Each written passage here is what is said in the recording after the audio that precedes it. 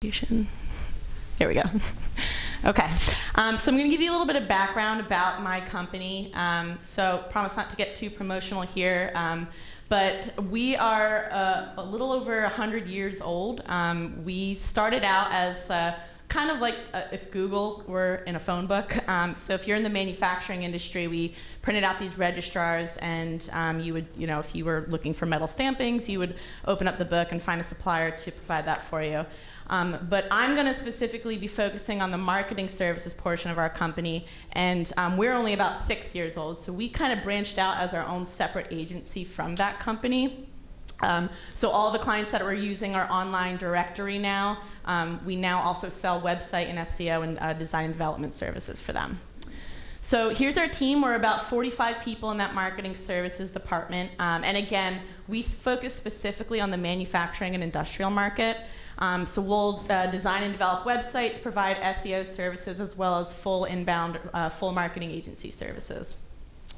And we have about 350 clients right now. About 200 of those are renewing with us year over year, and out of that, we are also producing about 150 to 200 websites at any given point.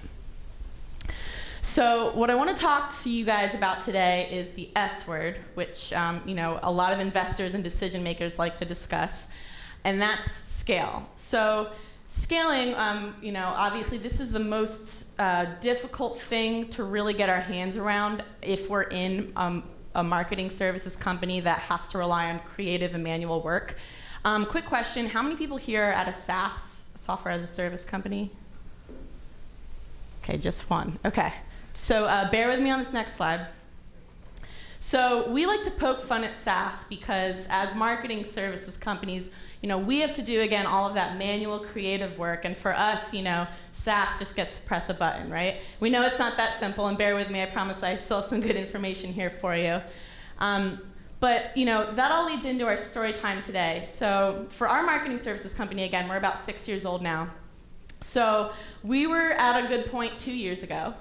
We were doing pretty well, and by pretty well, I mean we had good services, we were profitable, and we had a pretty smart staff of about 25 people. So I'm not really setting us up for a juicy story, so what is wrong with this? So the problem here was that our client list was growing, which was great, and our revenue was growing, and so was our staff, but our net profit was not growing with it.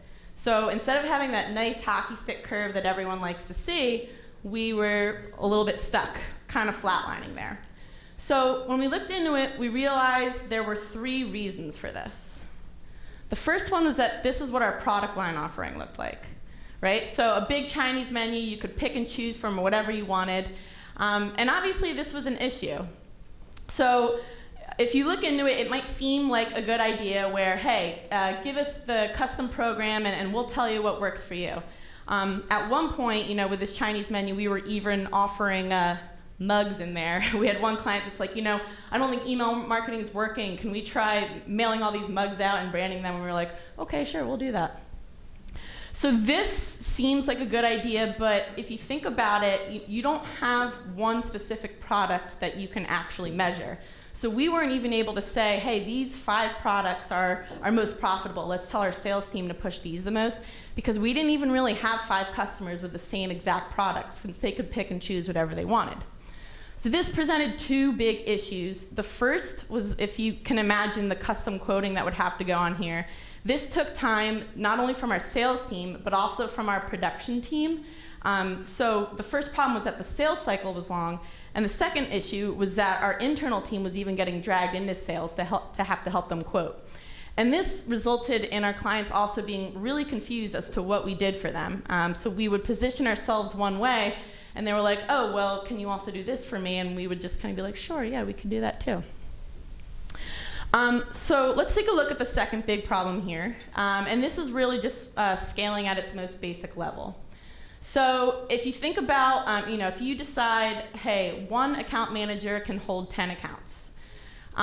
That's great, but what happens when you start growing and you get to 11 or 12 accounts? You'll say, okay, well, that's logical. We just need to hire another account manager that goes with this, right? And that continues, as you would imagine. So you probably are starting to realize the big issue here, and that's what happens in that time period in between. So what happens when you have 15 accounts for a time, or what happens when you have 35 accounts? Those are the time periods when your bottom line is really hurting, because you're growing and you're adding staff, but those staff they technically don't have a full plate of work. So as a result, this is what our numbers ended up looking like. So third problem is office space. And if you work in New York City like I do, or maybe San Francisco here, or even in like a small town in New Hampshire, rent is something that you have to think about if you're going to be growing. So if you don't think about it realistically, you might end up in this situation. These are bunk desks. They're a real thing. If you Google bunk desks, you will see them come up. So our team was thinking about what we were going to do with all of this, with our space. We're right across the street from Madison Square Garden. So we were trying to think about, we're growing, like what are we going to do with all these people? Are we going to have to buy another floor and rent and things like that? So this is obviously something that you're going to have to think about, because rent obviously is a real thing. So it was funny because someone at the office brought this up as a joke, but it was really okay, but we really do have this problem. So we looked into it and figured out what our 3 solutions were going to be. So first problem, if you remember back that Chinese menu, right? We had this crazy idea where what if we made it really easy to sell and easy to onboard after that? So we looked at it and we realized this was a problem. Our old program was we pretty much do all the things, right? So what we did was we looked at our clientele, and most of our clients are in that manufacturing space, so they're kind of in the small to mid-sized business range. For most of them, they couldn't be successful if they didn't have, at the very basic, a website that could convert, right? So no matter what you do, social media, SEO, listings, backlinks, anything like that, that's not going to convert if you're sending all that traffic to a website that it's hard to navigate. So what we did is we took these products and we figured out exactly what our client needed. So we have these 5 packages now. The website is the foundation of our packages, and from there we'll offer ongoing marketing services like SEO, PPC, SEO and lead generation, and then a full marketing services company. So what happened when we essentially axed a bunch of our products was actually things got easier and faster for us. So during the sales cycle, it was no longer confusing as to what we did. It was very much understood, hey, it looks like you're having problems with conversions. I think we need to start you off with a basic website, and then we can talk about ongoing SEO services. Very easy on the sales side. Sales cycle got shorter. Onboarding, again, if you think about it, if you're offering all types of things, when a contract would come through, our production team would have to take some time and figure out, okay, what am I going to be doing with these guys for the next year? Whereas that's not a problem anymore. If you have one of 4 standard ongoing packages, you know exactly what you're going to get. So for our production team, that made it very simple as far as, okay, where do I get started with this client? And lastly, made things very easy to upsell and renew. So again, if you're on that production team, you're talking to that client either week over week or month over month, and you're kind of slowly inserting ideas for them, right? So like, hey, you're getting a lot of traffic for our SEO program, which is great, but I noticed that your conversion rate isn't going up with that traffic. We actually offer a lead generation program which will help your conversion rate. So that made it very easy to upsell, so that by the time it got to the end of the year, it's not just a random sales guy trying to come in and be like, you guys should buy all these things. Our production team is actually stepping in a little bit more to act as salespeople. So let's take a look at how we got there. We had to start at a very tactical level. So I'm going to use SEO as an example here. What we did was we looked at all of our clients' actual programs. And again, this is before we repackaged everything. And we were trying to figure out, okay, what is working out of the SEO program? Which tactics are producing the best results? So first, we looked at what we were already doing. The first thing here was we were creating a ton of backlinks. So if you guys do any SEO, you're probably familiar with all of those free listings that you can do on like Yellow Pages and things like that. What we decided was we're spending a ton of time doing that, and then when we looked at the results, they're really not paying off. So we got rid of that. The second thing was we were creating a ton of content. Basically, as part of our old SEO program, it was keep doing whatever it takes until it actually works, right? So we were creating a ton of content, both on-site and off-site. And then we saw that the on-site content was actually starting to compete with each other. So if you were to write several different pages about metal stamping, for example, you would notice that these metal stamping pages would start to compete. So one would rank a little bit higher in Google's eyes, but it still wouldn't completely outrank the other because of that competition that was going on. And this is all on one client's website. So we got rid of that. And the last thing was we were basically saying yes to everything at that point, if you remember. So we would get clients that would come in with these websites that were very out of date, some of them not responsive. And again, if you're familiar with SEO, you know that having a very responsive website and having it be mobile friendly is very important for SEO. So we were getting these websites coming in, and they're essentially asking us to put lipstick on the pig, right? So for these websites, they weren't lined up to convert, and they also were not completely prepared for SEO. So we'd hit a ceiling pretty fast in terms of what we could do with them. So we could create all the contents and backlinks that we want, but if this website is not responsive, it's not going to move any higher in Google rankings. So we stopped doing that.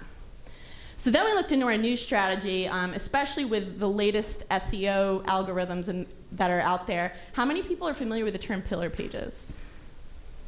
Okay, great. So pillar pages is a new strategy. I learned about it in last year's HubSpot inbound. So we're diamond partners with HubSpot, and we go to their inbound every year.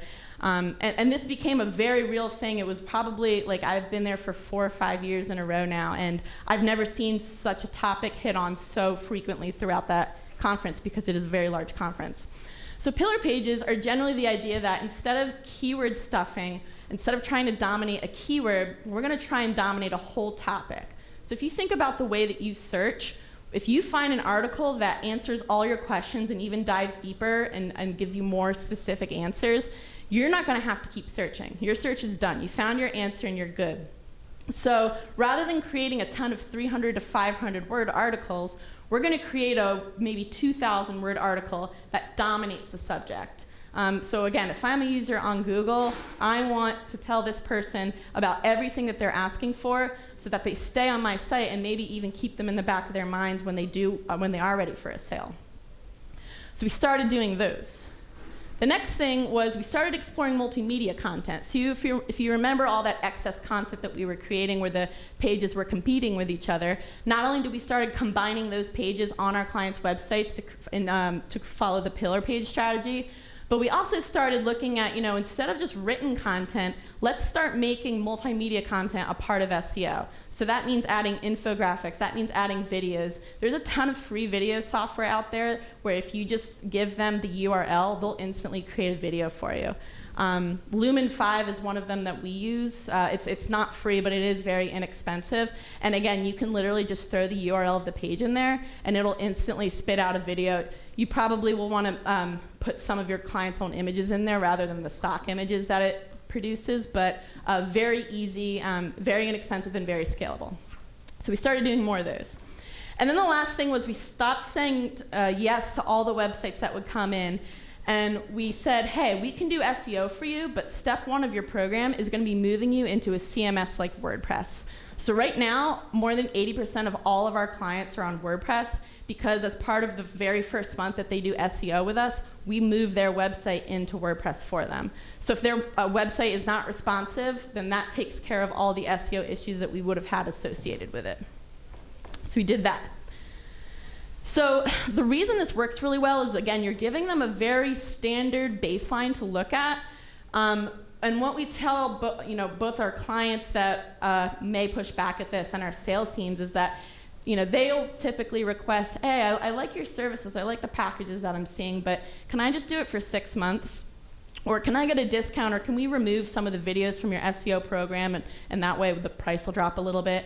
And we'll say no, because this package, the formula, if you will, that we worked out for it, we know that formula is going to give you success. If you start to take away from that formula, we can't guarantee those results. And that's, there's not a lot of pushback to that answer, because essentially you're telling them, hey, if we take that out like you recommended, we can't promise that you're going to do well. So here's another really important part, and this kind of goes back to saying no to those lipstick on the pig sites, right? But we were getting a lot of questions, like I mentioned. Can we try a 3-month program? Can you build a custom configurator? Things like that. You have to learn how to say no to these. Like, and, again, if you're in web development, if you're starting to develop custom code and you're not working on retainer, you have to provide a quote to the sales team ahead of time. I think 100% of the time it's likely to go out of scope, right? Because if it's custom, you never know what you're getting into. It's not standard, so you could run into issues, and that could put you past your time and outside of scope. So saying no to these things is very important, but saying no to the wrong types of clients is also very important. And by the wrong types of clients, it could be as easy as they're not within your niche or whatever, but I'm also talking about the clients who might be rude or who don't pay on time. If you're a startup, you might be likely to take these clients and say, well, it is worth the revenue. It stops being worth the revenue pretty quickly, especially if you start to see really strong employees leave as a result of those clients. So saying no and keeping your business full of clients that get it and are happy and within your niche is extremely important. So just got to emphasize this. You can't master everything if you want to scale.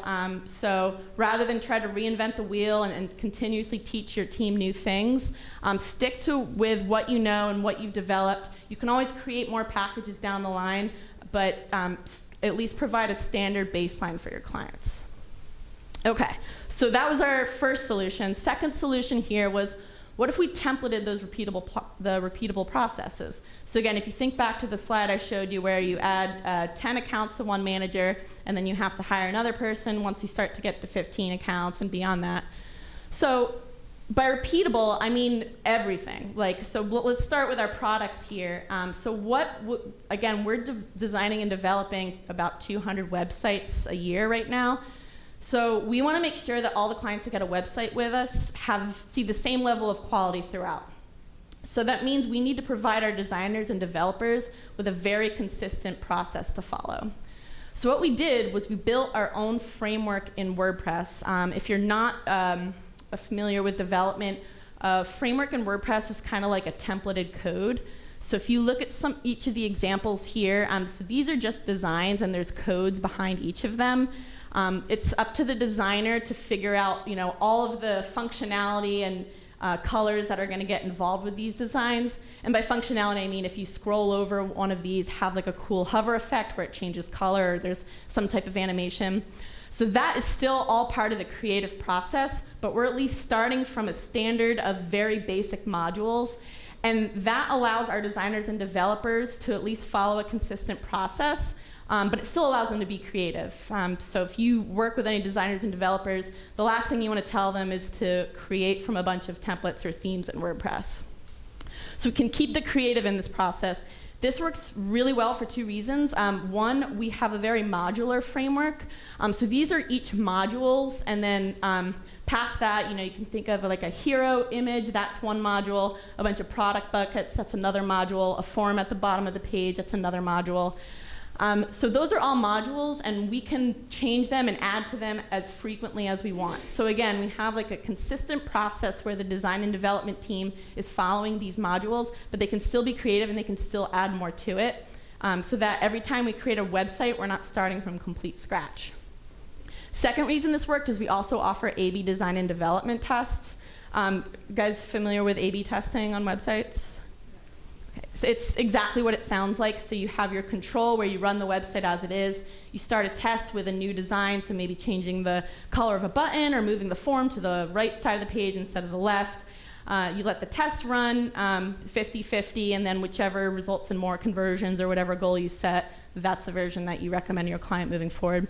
But what we'll do is we'll A/B test continuously, and as we see each of those tests winning, we'll develop a new module with it. So if we say, hey, you know what, we saw that this test, moving the form from the right side to the left side on a contact page, which is a real test, by the way, and it did work out very well. Moving that form to the left side works out better. So now we're implementing forms on the left side of the page more for clients' websites because we've seen that work better. So as a result, our clients benefit from this, and we're producing better websites over time. So we didn't stop the repeatability just at our products. We also looked at our internal processes that we could make repeatable. So we have an internal wiki where you can, if you're on our marketing team, you can find anything. So this could mean I want to look at our new website design process and see what we're doing there. I want to look at the ways, the different content outlines that we have for our blogs and website pages. It even means like finding a seating map if you need to find where someone's located. Everything under the sun is in here. And this is built on a free Google site too, so no cost to you. The big benefit here is that you're not answering the same exact questions. So again, if you're growing quickly and you're hiring a lot, you're going to start to see some of the same questions pop up. Easiest thing to do is to document that process, put it in a wiki, and then if they do ask that question, you can just say, hey, here's a link to the process. It also helps immensely if you are updating and streamlining your current processes to the team. You don't have to write a huge Slack or an email saying, here's the new process, follow this. You can say, hey guys, we updated the process, here's the manuals and information that we put in the Google site, and they can check it out whenever it actually applies to them. We also have repeatable processes in Basecamp. So we use Basecamp as a project management tool, but no matter what project management tool you use, it's probably going to have this functionality where you can create a template like this. So anytime a new website comes in, we just go to new template in Basecamp, and these all just pop up right away. Biggest benefit, internal benefit is obvious, but external benefit to clients is that, again, they're using the same processes, and we can promise the same level of quality to them. This one is really, the importance of this is really underemphasized. So onboarding is very critical. If you think about it, obviously it's taking up a lot of your hiring manager's time to teach this new employee. But if you're constantly changing your processes, you want to make sure all of your employees see the same goal and are doing the same things. So what we do is again, another free tool here, this is Trello. We'll put together a bunch of boards for our onboarding process, and you can see each of these boards have different teams attached to them. So this first board over here that's called Getting Started, every new employee has to go through those boards, but then it starts to break into the different teams. So whether you're a strategist, or a website designer, developer, SEO, design, things like that, you're obviously going to be learning different things. So we created different boards for each of those. And then if you open up one of these boards, you'll see the Google Slides or videos that it'll take you to. So benefit to the hiring manager here is that instead of having 25 different meetings as soon as a new employee joins, we can keep it to maybe 2 or 3 personal meetings and make sure they can still answer and ask questions and things like that. But for the most part, all of the training that they're doing is put together in videos or in presentations for them. And then we can check back with them after. We actually just got a tool also called Lessonly that's been really helpful for this as well. Biggest benefit to Lessonly is that you can see where the progress of they're at with each of these trainings. So you can see whether they completed a training, how long it took them to complete it, so that they're not just like skipping through it. And it's very interactive where you can attach like quizzes at the end, so you can make sure they actually retained that information. So this has been really helpful, again, not just assuring that all of our employees are trained in the same way, but so that our hiring managers have more time to just be managers and make sure that employee is getting used to the new environment. For reporting, this one's also important. If you're spending time manually putting together reports for PowerPoints and Excel presentations, that's time that you could actually be spending talking to your clients or doing actual work. So for this, what we did was we put together a list of tool sets that we use most frequently, and we make sure that all of those tools are put in one place. So I'm sure you guys also have a big tool set. I think biggest thing here is trying to get it in one area. So what we'll do is we have Data Studio reports, which helps out immensely for that, but even if you can't grab the information, Zapier is another really great tool. It's also free up to a certain amount of connections, and I haven't ever seen anything that I want to connect that I can't. So by connect, I mean like you can pull reports from HubSpot and spit it into a Google Sheet. You can pull reports from HubSpot and Google Analytics and Ahrefs and also throw it all in together into one area. So this is really key. What we do for our SEO accounts, which we have about 150 of them right now, is, again, we want to make sure all of our clients have the same experience, so we put together a Google Data Studio report like this. For our internal team too, it's also helpful to have the same exact setup for reporting, because if they're looking at these, if they're managing 10 or 20 accounts, they can start to also notice trends right away. So if they're used to looking at the top here and seeing the traffic flow, and they start to look through their different clients and notice there's a huge dip in the last 3 months for clients, they can log that as an industry trend, so when they're on the phone saying, hey, you guys aren't alone, we're actually seeing traffic drop, so we're looking into this across accounts. So last solution, the bunk desks, if you remember. We were trying to figure out what we could do about our continual growth going on in our office. So we thought, what if we kept our most creative tasks with our most creative people and figured out how to outsource the non-creative work? So this was difficult to do, but it was well worth it. So what we had to do here, was we had to talk to each of our account managers to see what they were doing. So if you remember that SEO program, we had to get very tactical in terms of what does one SEO program equal. So we logged that out. This is a screenshot of our actual macro, and this is month 1. So we don't work on retainers, so this is how we figured out how to charge our clients for each of the different programs. So if you look at the way that we split this up, you've got the major things in here, like a kickoff call and Google Analytics setup. But as you'll notice, we'll actually start to break it down even further to 0.25 of an hour for a screaming frog crawl. And you do have to make sure that you don't miss things like that, because you're going to want to make sure that this is as accurate as possible. And you do also want to probably log in some time, for, some buffer time for responding to client emails and preparing for weekly calls and things like that.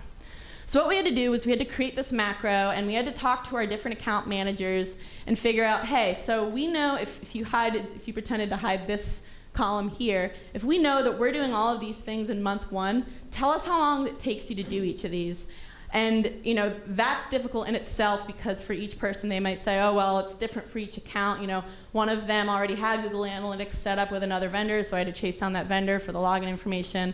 So it's like, okay, we get it, but if you were to average it out, like the time spent for the most difficult scenario versus the easiest scenario, and average that out. And then you obviously have to talk to a couple different account managers to see, like, okay, what are the real times across the team? One person might do it more quickly than another person. So we had to set all of that up. And then our second step was to start to despecialize. So what I mean by this is we had a pretty large and quickly growing team of search and paid specialists. And we were looking at it, and we noticed that our clients who had both search and paid with us would sometimes have to talk to their search person one week and then their paid person another week. Sometimes they would combine the calls, but at the end of the day, you're still using 2 employees' time for one client.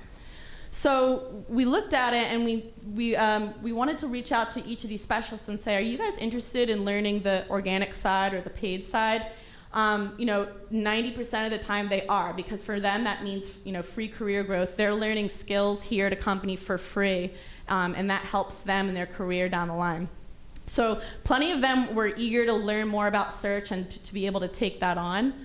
And this also benefits the client pretty immensely, because for PPC, for our Google AdWords campaigns, if we notice, hey, we've got a negative keyword, and we're going to log that into your AdWords campaign, but now I also know that I have to do that for search, right? So I know that I shouldn't be creating content for that keyword because I know it didn't work well on the paid side.